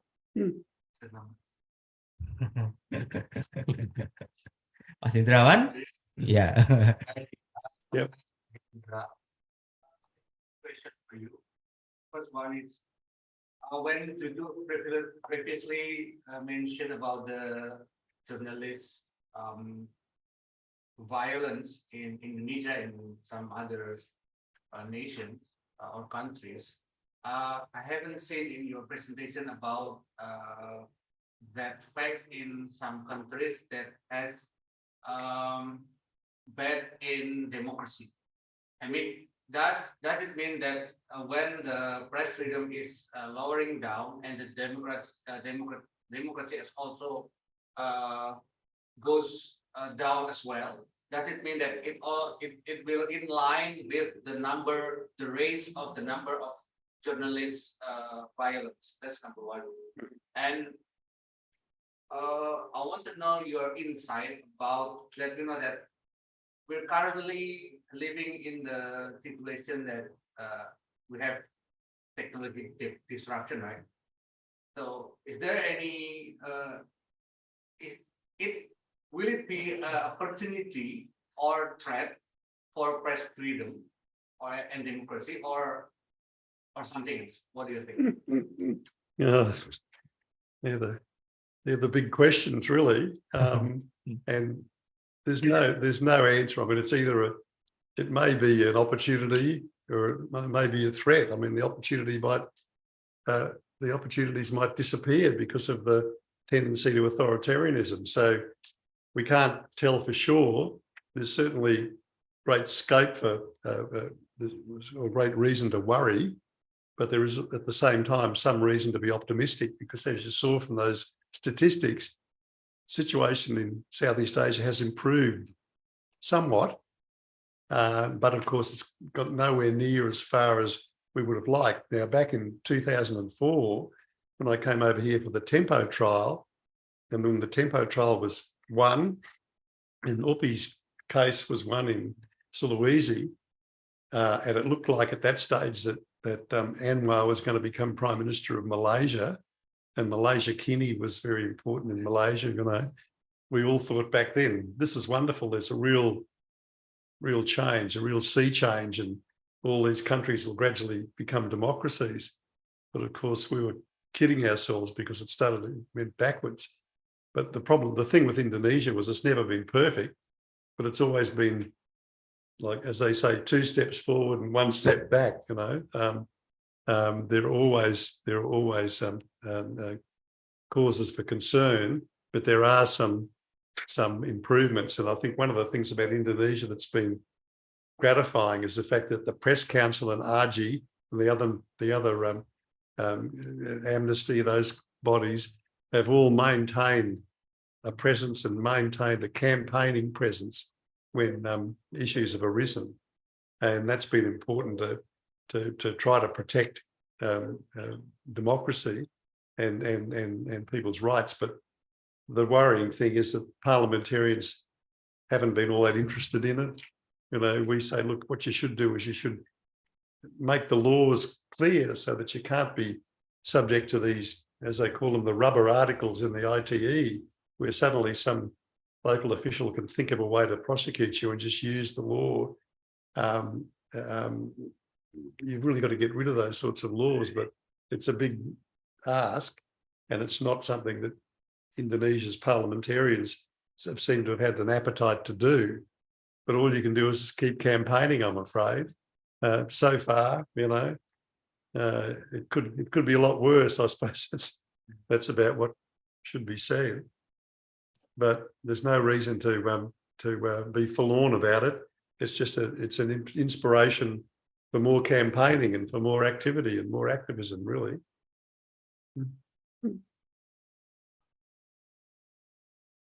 And the second question, the first question. Okay. Yep. The first question is about when the press freedom is lowering down, Yep. as well as the democracy in Yep. the country, Yep. will it also raising the number of journalist violence in? Well, the two seem to go together, don't they? I mean, if you look at most countries, if there are physical attacks on journalists, that tends to, you know, threaten press freedom. And of course, it must have what they call a chilling effect on journalistic activities. If you're a journalist, you want to go to work and you want to do your best, and you're seeing people threatened and intimidated, look at what's happened in Cambodia. It must have a chilling effect. You say, oh, well, I don't want to do this anymore because my family will be injured, I'll be injured. And so it has that impact. And that's why it's important for Australia and other countries, Indonesia, to give a lot of support to people who are in these countries who are trying to do the right thing, to show them that they're not alone and that they're supported, and give them resources as well to help them do what they want to do. And of course, that then runs a second risk, that in some of these countries like Cambodia, if you look like you're getting support from international NGOs, Hun Sen will say, oh, look at this, it's foreign interference. I mean, it's just terrible, it's shameless. And I remember about 18 months ago, the IFJ said, oh, look, would you go to Cambodia? Asked me to go to Cambodia to talk to the journalists up there about maybe a press council or something there. And I said, oh, I'll go if you want me to. And then they got back to me and said, no, look, people have talked about it. And they've decided if you go over there, Hun Sen will just say, look at this, this is foreign interference. And it'll be used against them. So it's really a dreadful state of affairs. And of course, I suppose it gives added incentive to people here to pressure the government here, pressure the government in Australia, pressure those governments that have got some scope to do things to say, look, you've got to put pressure on Hun Sen. You've got to put pressure on these other. Now, it may not have too much of an impact because Hun Sen's happy. The Chinese will just, give him whatever he wants as long as he does what they want. But you have to keep the pressure on. It seems to me there's no alternative but to try to keep the pressure on, because if you just walk away, and say, oh, well, it's too hard. The Hun Sens in this world say, oh, look at this, no one's interested, you know. What's the, you know, and it just gets worse and worse and worse, unfortunately. Ya, jadi kawan-kawan tadi Mas Indrawan itu bertanya soal apakah kemudian ketika press freedom itu menurun, demokrasi itu menurun, apakah itu akan sejalan dengan meningkatnya kekerasan kayak seperti itu terhadap jurnalis. Nah, tadi Pak James mengatakan misalnya di Kamboja itu yang ketika orang melihat jurnalis yang mengalami kekerasan, ketika dia mengatakan sesuatu itu akan berdampak buruk kepada dia dan itu kemudian menyebabkan adanya pembiaran. Nah, kemudian salah satu caranya itu adalah kemudian masyarakat internasional, negara-negara itu perlu untuk memberikan tekanan kepada negara-negara yang tidak demokratis ini untuk kemudian memberi tekanan untuk kemudian supaya lebih demokratis dan kemudian perkembangan di sana itu menjadi lebih bagus, kira-kira seperti itu. Terima kasih. Ada yang lain? Ya, silakan Kak April. Speak loudly. Agak maju enggak? Agak maju biar. Iya.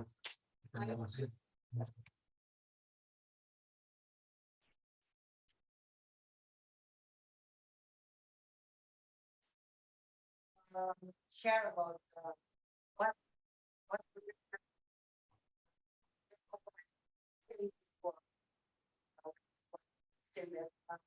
I hope that foreign universities not allowed in other side, you also say that how Jurnalis di Indonesia looks so beautiful in Jogja, but it's not really a picture of Indonesian journalism today. And the situation, the similar situations also happen in North Korea, but the North Korea is more, I think it's more terrible. It is.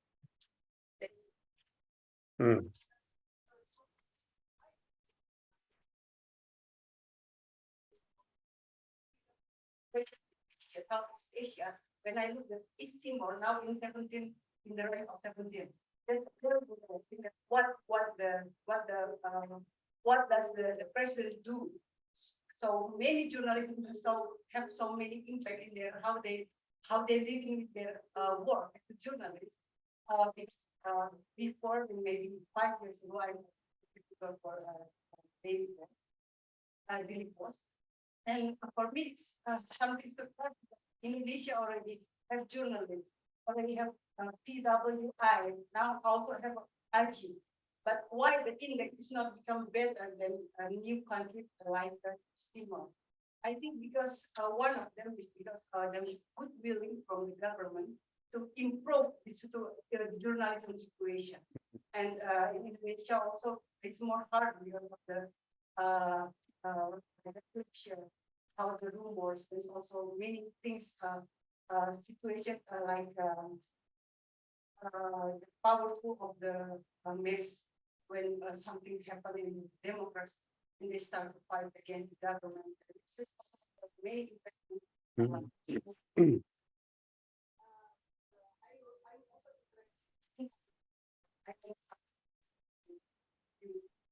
few years ago, I really I know that in journalism, many people feel look about the color of skin. Because some context in many people thinking about foreign journalists to cover it. But who they meeting with the foreign journalists? Because today I also can say I'm a foreign journalist because I'm work to foreign outlet. But what kind of journalism they really want? And in some part I met with Rostel, I met with Jen Steele or David Roby. I saw the similar point people, they need to come to the conflict area by themselves. Mm. It's very interesting. If you have a people in white color, the people who want to come, of course, you will, it's a contrast. People can look at you that you are foreigner. Why they don't think about the other solution, about other strategy to how to cope with the conflict area. For me, the thing I want to know, you know better about the law in Asia, Southeast Asia. What kind of the good law? Like now in Indonesia, we have ITE, international.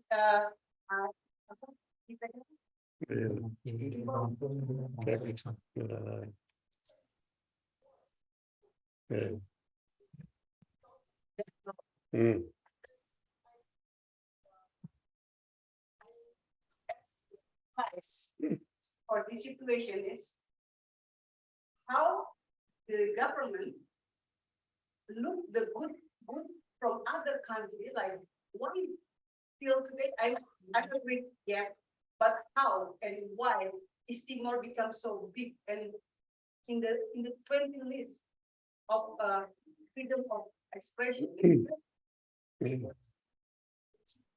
That was more getting and it's run so good. That's I think maybe because of the good willing of the government, of the leaders in those countries. And how about Indonesia today? Many issues now run, especially now come close to election years. Well, I suppose the thing about East Timor is that it's a tiny country, so it doesn't have the kind of massive problems that bigger countries have. It's certainly got significant problems. Sorry? She is over there, but she is listening to you. It's fine. Yeah. Just go ahead. Ah, okay.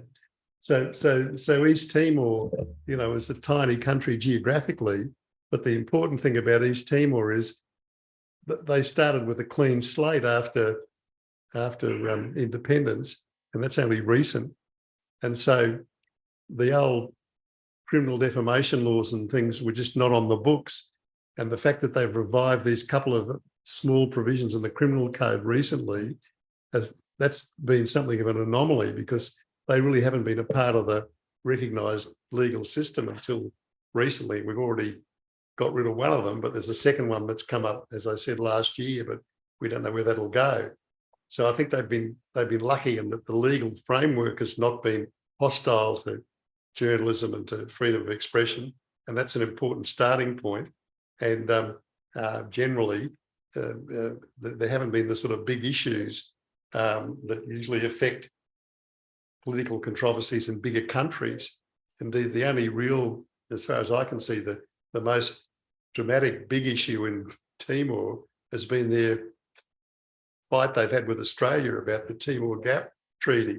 And they've basically won that now, because the Australians, a lot of the population in Australia just, you know, reacted to that and said, this is outrageous. Why are you doing this to the Timorese? And there have been all sorts of things that have happened that make the position better for the Timorese. So that's been really a bit of an accident of history in a way, but still it's a good guide to show you that if you've got a system that doesn't have all these prohibitions and these repressive laws in it, you've got some chance of becoming a free society. Whereas in these other countries that have got these historical legacies of the old criminal sedition laws like Malaysia, the press licensing laws like Malaysia, the various provisions that apply here like the criminal defamation law, you haven't had that clean slate. And the position here has got, as you say, arguably worse, because the politicians decided to introduce that ITE law. And as I've said to you before, they did it on the completely false basis that they said, oh, this is just to do with regulating e-commerce. And that was always wrong, and it was always just a load of rubbish. And we said at the time, this is just not right. It's not here to do that. You look at the law, look at what it says, and it goes much further than that, and it's got quite draconian implications. But of course, they said, oh, no, that's not the case. So it's really important And it's important for activists and for lawyers, for Lambang students, for example, to look at these things and take it seriously and read the text and say, look, this is what this means as a matter of law. It's not something you can just characterize as being something that doesn't have any serious impact. If you look at it, and if somebody picks this up and decides to use it, it'll be really serious. And you've got to examine it in terms of what it says and what its implications are. And so you've got that sort of problem here. In the other countries that we've talked about, it's far, far worse, isn't it? I mean, really, it doesn't matter. Even if Cambodia had a law that said everything's wonderful and the press will be completely free, it wouldn't matter two hoots, because Hun Sen just puts people in jail anyway. There's no rule of law at all. So it's important, as I say, internationally, for those countries that have got an interest in these things to put pressure on people. And of course, as I go back to what I said earlier, it's also useful in that connection to promote and try to support the adoption of these laws like the Magnitsky law, which allows you to prosecute somebody who's responsible for human rights abuses in another jurisdiction. If they come to Australia, for example, you can say, all right, you've got an extraterritorial reach. You can say, all right, well, we'll prosecute you. So that scares these characters from coming to Australia. And also, if you've got laws that deal with their ill-gotten gains, they can't come along and invest all their money in Australia or somewhere else that's safe and say, oh, this is good, I'll just put the kids in university in Auckland and invest all the money in. You know, you've got to be able to say, righto, this money's been procured illegally or unlawfully or what have you, and you've got to be able to prosecute these characters in the country where they want to hide the money. That's really important. That's still a work in progress, and that's something that, you know, legal activists and the journalists really need to look at to follow these things up, because often it's a boring and tedious task to chase the money trail, which you can often find, like the 1MDB scandal. You look at that, and if you chase all the clues down all the various boroughs, you can often come up with some wonderful information. And that woman I mentioned, Claire Rucastle Brown, she wrote the first book on 1MDB, and it's a big book, and it's got a detailed analysis of what happened and, you know, who did what to whom and so on. And it repays reading and it repays thinking about, because that was a wonderful example of investigative journalism that really got to the heart of some of the corruption. But of course, that's one thing, but once you've exposed it, you've got to have a legal system that will enforce it. And of course, in Malaysia, if there hadn't been that change at the election, NgAJI would have got away with all of this. He would have been one of the richest men in the world, and he would have been sitting pretty, and his wife would have had all those designer handbags, and they would have been having a wonderful time. But thank God they're both in jail now. That's where they deserve to be. They've stolen all that money off these people who were just, you know, little people in Malaysia who often were pensioners, you know, and farmers and so on. And these terrible so-and-sos have stolen all their money. It's a bit like Suharto here when you go to Jakarta and you look at the MRT, you know, which they've only opened in the last few years, and you think, oh, this is great. Imagine what they could have done with public transport if Suharto hadn't stolen all that money. If you had that money to spend on things like hospitals and public transport and, you know, the environment, would have made a massive difference. And that's why the task of journalism is so important, and also the task of the human rights defenders and the lawyers and so on is also important. To, once you expose these things, then to pursue them, you know. Anyway. Ya, silakan. Ya, jadi kawan-kawan tadi Kak April itu bertanya, kemudian intinya kenapa Timor Leste yang merdeka dari Indonesia itu justru lebih baik kemerdekaan persnya, kemerdekaan freedom of the expression-nya. Nah, Pak Jim mengatakan bahwa Timor Leste itu relatif negara yang sangat kecil, kemudian problemnya itu sangat sedikit, berbeda dengan Indonesia yang problemnya dari Sabang sampai Merauke itu luar biasa karena sebagai negara yang besar kayak seperti itu. Nah, untungnya kemudian Timor Leste ini kan jitu, kemudian dia memulai reformasi itu dari dari undang-undangnya dulu, sehingga kemudian mereka menghilangkan pasal-pasal kriminalisasi, kemudian pasal-pasal pencemaran nama baik itu yang dihilangkan gitu. Nah, kira-kira seperti itu.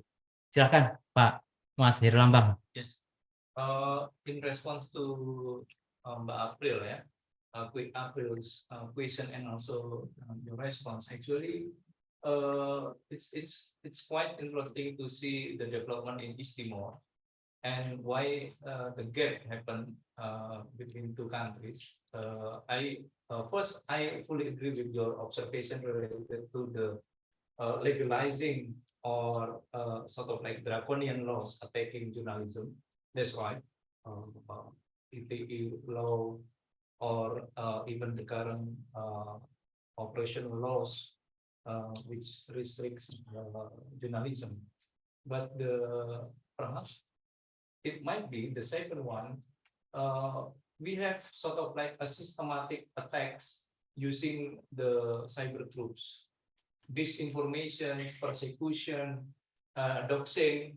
That might be not really happen in East Timor, but in Indonesia is really like wax industries and so on. Disinformation or misinformation. And the third point that might be also big gap, it's related to the impunity. It's real impunity, systematic impunity, because although we have 1999 press law, the first case was Nur Hadi's case in like state's responsibility to persecute the violators, or those who are attacking journalists. So that's my observation. Perhaps you have another points. My question is related to this, actually, about legal defense. What would be the effective legal defense in the region, based on perhaps your observation, especially looking at the Southeast Asia? And second, to my understanding, there is also a development of sort of like drafting at international level about safety of journalists convention. To what extent this would be more effective in defending journalism in the world?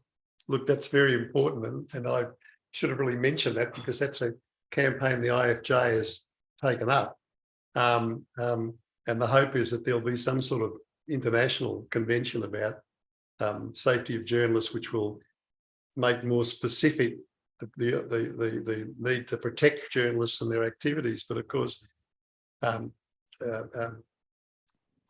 it's hard to think that would be something that would be picked up in Cambodia or Myanmar or anywhere else. But it's nonetheless important to try to establish it, because once it's established in law internationally, there's something you can point to say, look at this. This is a norm that's been adopted by the international community, and it doesn't apply here. It should apply here. So it gives people an important political platform to use, apart from anything else, to support initiatives that can be utilised to protect journalists. But also, I suppose it's important because if you draft provisions up, you can draft up provisions that have proper protections in them. So it's not just a woolly, wish list, but you have particular provisions that provide for the protections in the text of the instrument, and that they can be picked up and translated into domestic law if you're able to do so. So these are all important building blocks. There's no question about that. But of course, you can't be under any illusion that the simple adoption of something like that will lead to it being translated into particular countries. But if it's there, it's something you can point to. And if there is a change of government in Myanmar or somewhere else, it could be a useful tool to say, all right, well, you've got the laws there, these conventions, you should just implement it and then cement it into law. And I know back in, I can't remember the year now, but when Aung San Suu Kyi first came back to Myanmar, I remember a lot of people went up there, Bang Bang Harry Murdy was one of them, and they argued then, they said you should establish in law protections for the press and freedom, etc., do it now, because this is, this is your opportunity to get something done. And it didn't happen, unfortunately. But of course, if that had been done then, that perhaps would have made a difference. Certainly not doing it doesn't make a difference. It makes no difference at all, but they're important initiatives. Oke, jadi Mas Herlambang itu kemudian merespon dari pertanyaan Mbak Aprila dan juga respon dari Pak Jim bahwa kemudian dia pada dasarnya sepakat dengan apa yang disampaikan oleh Pak James, tetapi kemudian ada beberapa hal yang kemudian menjadi pembeda antara Indonesia dan Timor Leste, sehingga kemudian perkembangan demokrasinya itu tidak semakin membaik. Yang kemudian yang salah satu yang dia sebut, Pak Herlambang sebutkan adalah industri hoax, ada systematic attack dari para buzzer, para tentara cyber itu yang kemudian juga memperburuk situasi di situasi demokrasi di Indonesia. Nah, kemudian juga ada persoalan impunitas itu. Jadi dari banyak kasus yang ada di Indonesia kekerasan terhadap jurnalis, hanya sedikit sekali yang kemudian masuk ke pengadilan. Salah satunya yang terakhir adalah kasusnya Nur Hadi di Surabaya beberapa tahun yang lalu. Nah, kemudian juga ada Pak Mas Herlambang juga menyatakan bahwa sebetulnya bagaimana kemudian pentingnya safety journalism itu untuk melindungi para jurnalis. Jadi dan kemudian Pak Jim mengatakan memang itu benar, IFJ sendiri sekarang sedang mengkampanyekan itu tentang pentingnya safety journalism bagi kawan-kawan jurnalis itu. Tetapi ini yang sebetulnya menjadi persoalan juga, Mas Herlambang. Kawan-kawan di Indonesia itu paham, mengetahui tentang safety journalism, tetapi kemudian ketika ditanya apakah dia mempraktekkan itu ketika liputan, ternyata tidak. Nah, itu temuan AJI survei AJI beberapa tahun setahun yang lalu saya kira itu. Oke, ada yang lain? Ya, silahkan segera. Ya, maju Sri, maju lagi. Ini mau nanya. Another question, Pak. Tadi aku tertarik sama data yang dipaparkan Mas gitu ya, soal kekerasan yang menimpa jurnalis.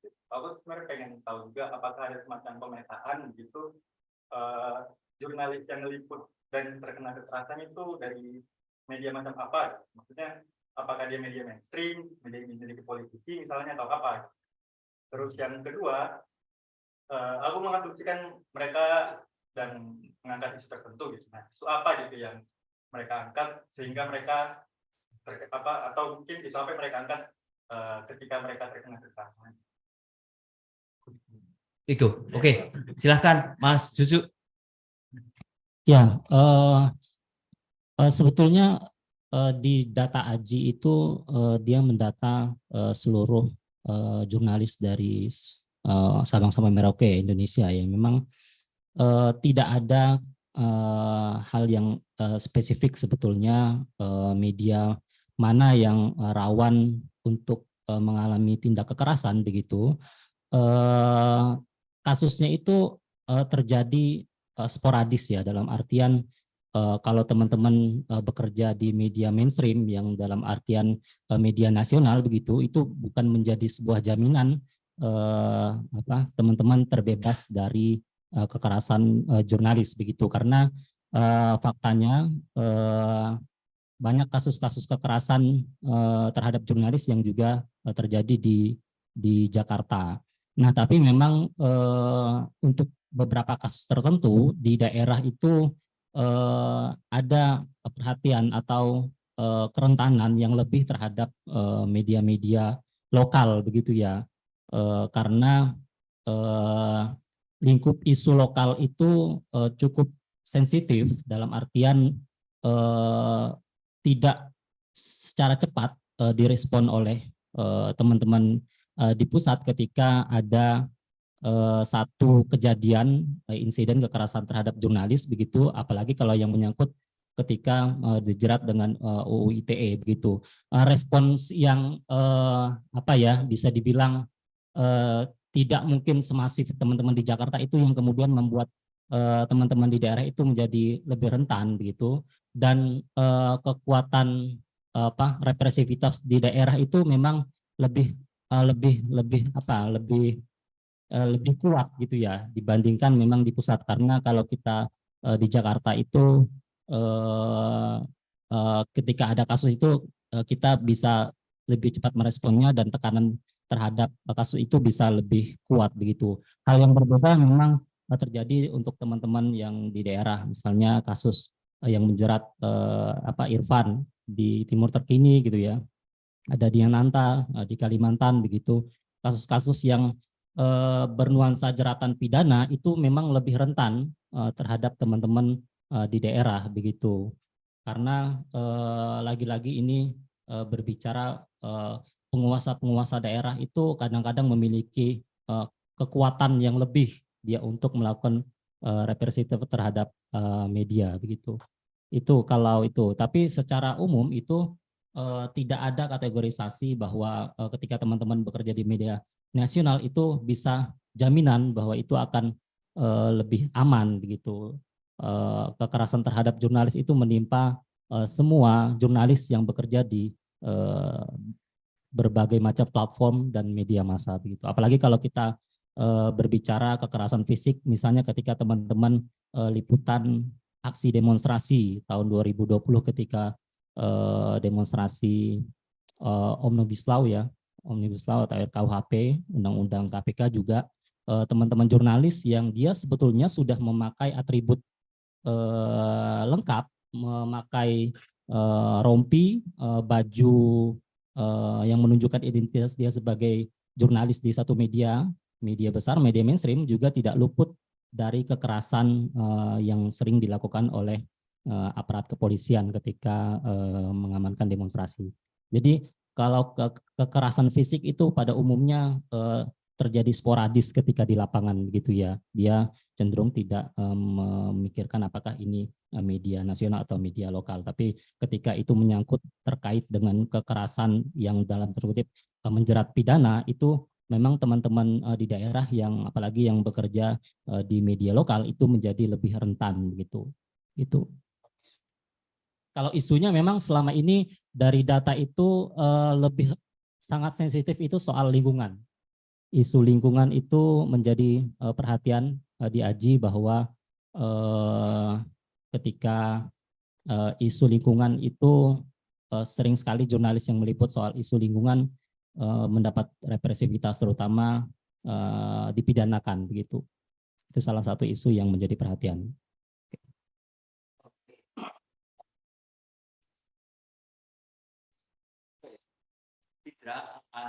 To Juju about what kind of journalists, either TV journalists or online journalists that very frequently undergoing physical attack. That's the first question.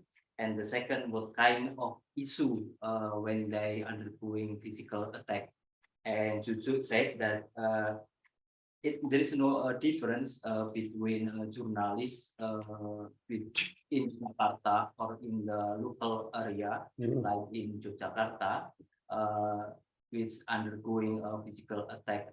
But he mentioned that it's more vulnerable in the local journalists in local area, especially undergoing criminal code because of defamation or something else. And also what kind of issue when the journalists are undergoing physical violence, and Juju said that mostly when journalists are covering about environment issue, they are very vulnerable with physical attack. Yes. Okay. Any response, Pak James? Oh no, I just agree with that, and I think the research bears that out. That especially if you're writing exposés of big environmental programs or big agricultural or rural, projects, you're bound to turn up suspicious activity, and those sorts of characters are more inclined to hire thugs and criminals to persecute people. Ya, Pak Jim pada dasarnya sepakat dengan apa yang dikatakan oleh Pak Ketua 7. Pak Jim, what time we have to stop this discussion because you tomorrow have to go to Jakarta? Yeah, I've got to get a train in the morning. Okay, yeah. I think it's better for us to finish our discussion right now. Thank you, Pak Jim, for your sharing. It's very, very increasing our knowledge, especially about the condition in East Asia, Southeast Asia. Saya kira itu. Terima kasih kawan-kawan sudah hadir di sini, tetapi kemudian satu hal yang kemudian paling penting, saya kira penting untuk digarisbawahi tadi bahwa penting bagi para human right defender itu untuk terus berjuang untuk mewujudkan demokrasi. Itu ada intelektual kayak Mas Herlambang harus kemudian banyak menulis kayak seperti itu. Kemudian di sini juga ada Mas Julian dari LBH Yogyakarta. Saya kira memang kemudian dalam situasi yang sangat oligarkis di Indonesia, kerjasama antar kelompok sipil itu yang memang kemudian harus dikuatkan karena perjuangan kita sangat penting sekali, karena demokrasi kita hari-hari ini memang dibajak oleh kelompok oligarki. Saya kira itu. Terima kasih kawan-kawan. Semoga ini menjadi amunisi untuk perjuangan kita. Thank you, Pak Jim. Thank you. Terima kasih.